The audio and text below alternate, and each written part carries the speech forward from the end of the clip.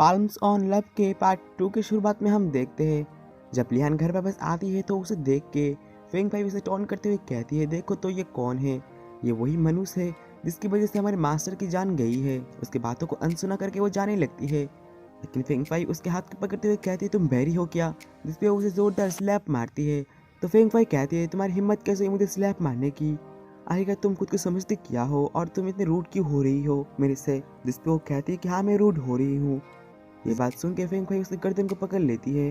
तभी यहाँ पर ग्रैंडमा आती है और इन दोनों को रोकती है। ग्रैंडमा को देख फेंग फाई जल्दी से उनके पास जाती है और कहती है, ग्रैंडमा सभी लोग कह रहे हैं ये वही मनुष्य है जिसकी वजह से हमारे मास्टर की जान गई है, और मैंने तो इसे देखा है कि ये यंग मास्टर के रूम में भी गई थी रात को, जिसपे वो मना कर रही थी और कह रही थी कि आप लोग डोंग फेंग से ही पूछ लेना। जैसे फेंग फाई कहती है कि तुम ऐसे कैसे यंग मास्टर के नियम को भुला सकती हो। ग्रैंडमा गुस्से में अपने गार्ड से उसे पकड़ने के लिए कहते हैं एंड मिस झांग से कहते हैं कि तुम इसे मारो।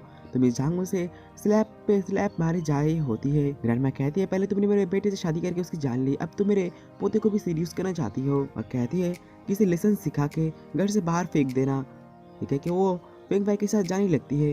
इसके बाद हम देखते हैं रात को कि उन लोगों ने लियान को इतना मारा था कि लियान बेहोश हो गई थी एंड वो लोग उसे बेहोशी की हालत में घर से बाहर रख के चले जाते हैं। तभी लियान के पास कोई एक पर्सन आता है और उसे ही देखने लगता है।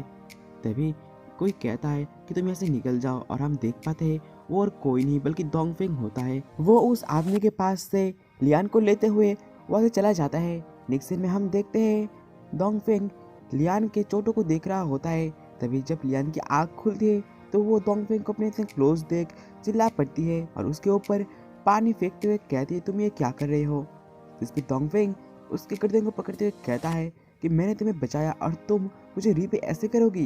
जिसपे वो कहती है, मैं तुम्हारी फादर कॉन्कुबाइन हूँ, मैं तुम्हें वार्न कर रही हूँ। जिसपे वो उसे छोड़ देता है। वो अपने कोट को खोलने लगता है। इस बात का मौका उठा के वो जाने लगती है, लेकिन तभी सामने आ जाता है डोंगफेंग, तो वो नहीं जा पाती। उसे लगता है कि डोंगफेंग उसके साथ कुछ गलत करने वाला है, तो वो कहती है, देखो तुम मेरे साथ कुछ भी मत करना, मैं तुमसे भीख मांगती हूँ। जिसपे डोंगफेंग उसे यहाँ से हटा के अलमीरा से अपने लिए क्लॉथ्स ले रहा होता है और उसकी तरफ मुड़ते हुए कहता है कि क्या तुम मुझे क्लॉथ चेंज करते हुए भी देखोगे, तुम अपना ये गंदा सोचना बंद करो और यहाँ से निकल जाओ। जिसपे वो मन में कहती है कि मैं अब कहाँ पर जाऊँगी इतनी जल्दी। फिर वो उसे कहती है, क्या मैं यहाँ पर रह सकती हूँ, मैं अभी इंजर्ड भी हूँ। जिसपे वो कहता है कि मैं आलसियों को नहीं रखता। तो वो कहती है कि मैं आलसी नहीं हूँ, मैं काम भी कर सकती हूँ, तुम अभी अभी वॉर से वापस आए हो तो तुम्हें एक मेड की ज़रूरत है जो कि तुम्हारी केयर करे। जिसपे वो एक मंथ के लिए उसे रहने के लिए मान जाता है और कहता है कि अब तुम यहाँ से निकलो। हम देखते हैं अगले सीन में जहाँ पर डोंगफेंग की ग्रैंडमा उसे मार रही होती है और कह रही होती है कि तुम आज इनॉग्रेट पार्टी में मिलिट्री गवर्नर बनने वाले हो और तुमने अपने फादर के कॉन्कुबाइन को रखा हुआ है, वो भी मेड बना के, अगर लोग को पता चल गया तो वो क्या सोचेंगे।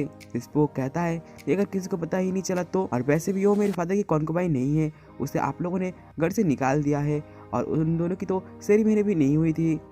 जिस पर ग्रैंडमा गुस्सा होकर उसे और भी ज़्यादा मारने लगते हैं। नेक्स्ट सीन में हम देखते हैं जहाँ पर लियान कार को साफ कर रही होती है तो उसके पास फेंग फाई आती है और उसे चिढ़ाने लगती है और कहती है कि मेरे जूते गंदे हो गए हैं, तुम मेरे जूतों को साफ क्यों नहीं करती है। कि क्यों वो अपने रुमाल को नीचे गिराती है और कहती है, क्या हुआ तुम नहीं करोगे, क्या तुम अभी भी खुद को मिस यूलियन समझती हो। ये क्या उसे जोर से स्लैप मारती है और कहती है कि तुमने सुना नहीं मैंने क्या कहा, तुम मेरे जूते साफ करो। जिसपे लियान चुप रहती है और नीचे बैठ के उस रुमाल को उठा के जूते साफ करने वाली होती है, लेकिन वो उस रुमाल में पैर रख देती है। अगले सीन में हम डोंगफेंग को देखते हैं जिसे बहुत ही चोट लगा हुआ था और उसका गार्ड मेडिसिन लगा रहा था।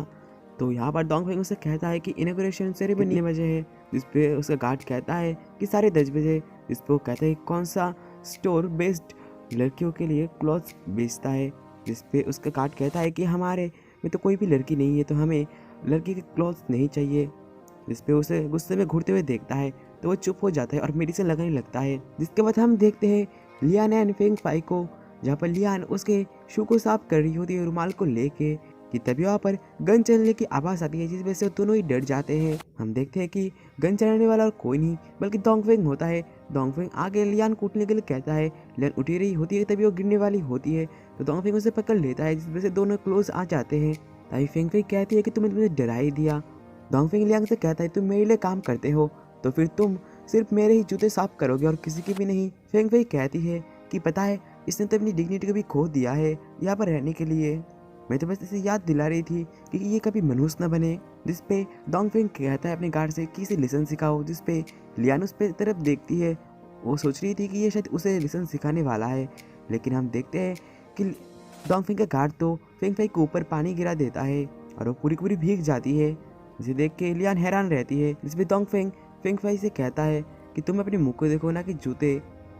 ठीक है कि वो लियान को लेकर चला जाता है और फेंगफेई तो लियान और डोंगफेंग के ऊपर गुस्सा करने लगती है। एंड इसी के साथ ही पार्ट 2 ये पर ही खत्म होता है। मिलते हैं पार्ट 3 के साथ, तब तक के लिए bye bye. There was a time